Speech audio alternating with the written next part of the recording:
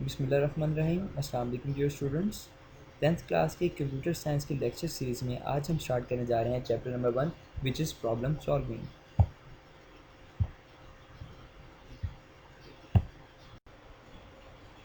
Lecture को शुरू करने से पहले हमें ये पता होना चाहिए कि प्रॉब्लम है क्या और प्रॉब्लम किसे कहते हैं। What is a problem? Problem is anything which has to be process and execute. यहाँ प्रॉब्लम से मुराद कोई परेशानी या टेंशन नहीं है।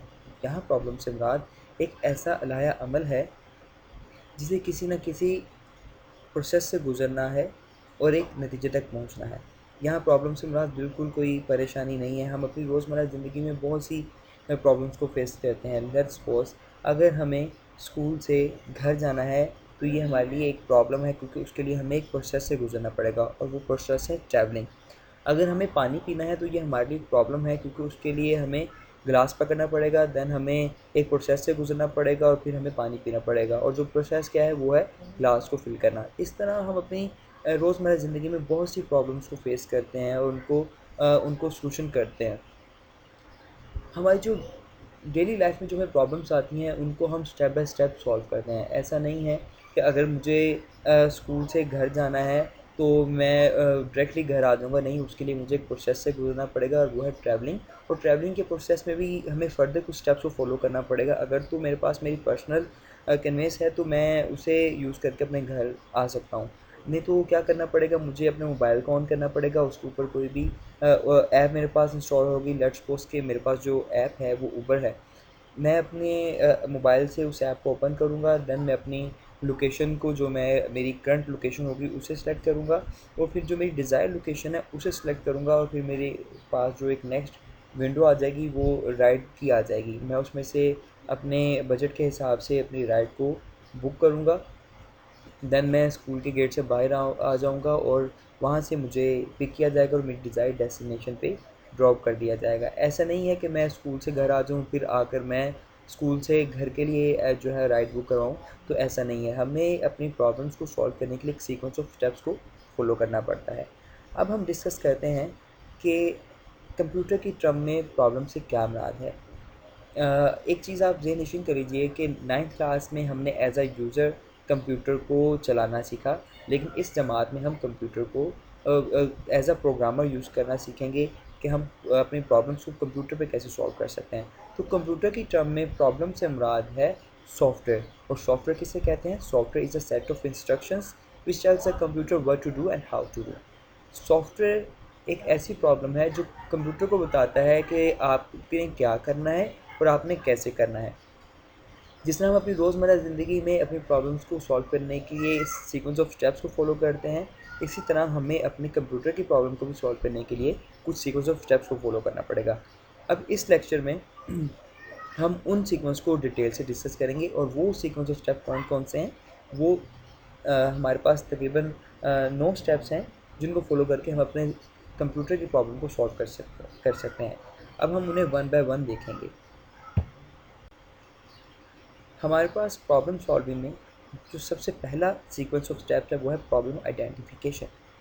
इस स्टेप में हमें क्या करना होता है, हमें ये देखना होता है कि असल में हमारी प्रॉब्लम है क्या। लेट्स सपोज हमारे पास एक कस्टमर आता है और वो आके हमें कहता है कि मुझे एक ऐसी मशीन या ऐसा एक सॉफ्टवेयर बनाना है जो मैथमेटिकल ऑपरेशंस परफॉर्म कर सके। अब उसकी इस स्टेटमेंट से हम ये चीज़ जो है वो आइडेंटिफाई कर लेंगे कि ये हमसे एक कैलकुलेटर बनाना चाहता है। हमें इस जो है उलझन में नहीं पड़ना है कि आया कि वो एक सिंपल कैलकुलेटर बनाना चाह रहा है या साइंटिफिक कैलकुलेटर बनाना चाह रहा है, कि हमारे जो कैलकुलेटर है उसमें साइन कोसाइन या टेनियन के फंक्शंस होंगे, क्या उसका डिस्प्ले लेफ़्ट साइड पे होगा, सेंटर में होगा या लेफ़्ट साइड पे होगा। इन तमाम कंडीशंस को हम नहीं देखेंगे, हम सिर्फ ये देखेंगे कि हमारी एक्चुअल प्रॉब्लम है क्या। हम अपनी एक्चुअल प्रॉब्लम को इस स्टेप में आइडेंटिफाई करते हैं, और वो हमारी प्रॉब्लम है एक कैलकुलेटर। हमें एक ऐसी मशीन बनानी है जो अरिथमेटिक एंड और प्रैक्टिकल ऑपरेशंस को जो है, मैथमेटिकल ऑपरेशंस को जो है वो परफॉर्म कर सकें। जब अपनी एक्चुअल जो प्रॉब्लम है उसे आइडेंटिफाई कर लेंगे, देन अपने नेक्स्ट प्रोसेस की तरफ जाएंगे, वो है स्पेसिफाई अ रिक्वायरमेंट। जब हम अपनी प्रॉब्लम को आइडेंटिफाई कर लेते हैं तो फिर हम यूज़र से उसकी रिक्वायरमेंट्स की स्पेसिफिकेशन पूछते हैं।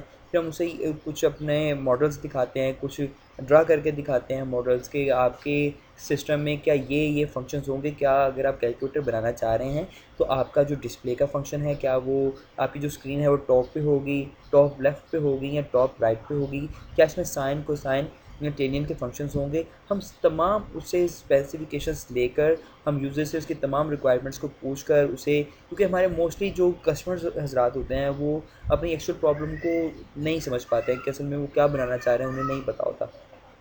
तो जो डेवलपर होते हैं वो कुछ मॉडल्स ड्रा करके या कुछ किसी भी तरीके से अपने रिक्वायरमेंट्स को उनके एनवायरनमेंट में जो है वो जाकर या क्वेश्चनर के थ्रू या सैम्पलिंग के थ्रू जाकर उनके ऑर्गेनाइजेशन में एक्चुअल रिक्वायरमेंट को गैदर करते हैं कि वो किस तरह का सिस्टम बनाना चाह रहे हैं।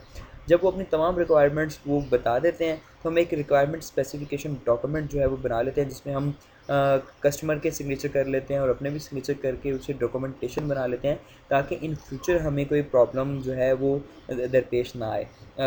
ऐसा ना हो कि हमें कस्टमर कहे जी हमें तो मैंने तो आपसे सिंपल कैलकुलेटर बनाने के लिए कहा था लेकिन आप एक साइंटिफिक कैलकुलेटर बना दें। तो इससे क्या होगा कि इससे आपका टाइम भी किल होगा, आपकी कंपनी की रेपुटेशन भी ख़राब होगी। तो आपको क्या करना है, आपको तमाम रिक्वायरमेंट्स इस फेज़ में अपने कस्टमर से ले लेनी है। हम उन रिक्वायरमेंट्स को कैसे ले सकते हैं, हम उसकी ऑर्गेनाइजेशन को विज़िट कर सकते हैं, हम क्वेश्चनर कर सकते हैं, हम सैम्पलिंग कर सकते हैं, हम उनके जो सीनियर एम्प्लॉयज़ हैं या उनके टीम का एनवायरनमेंट है उनसे हम जाकर जो है वो बात करके भी कि असल में वो किस तरह का उन्हें प्रॉब्लम्स हैं, वो किस तरह की प्रॉब्लम को का सलूशन चाहते हैं। तो हम उनसे ये सारी चीज़ें कंफर्म कर सकते हैं और इनको एक डॉक्यूमेंट की फॉर्म में दे सकते हैं जिसे हम रिक्वायरमेंट स्पेसिफिकेशन डॉक्यूमेंट कहते हैं, ताकि जब आप अपना सिस्टम उन्हें बनाकर हैंड ओवर करें तो किसी भी किस्म की जो है वो आपको परेशानी का सामना ना करना पड़े। और जो जो फंक्शंस आपको रिक्वायरमेंट स्पेसिफिकेशन डॉक्यूमेंट में बताए जाते हैं आपको उन्हें फुलफ़िल करना होता है। Thank you.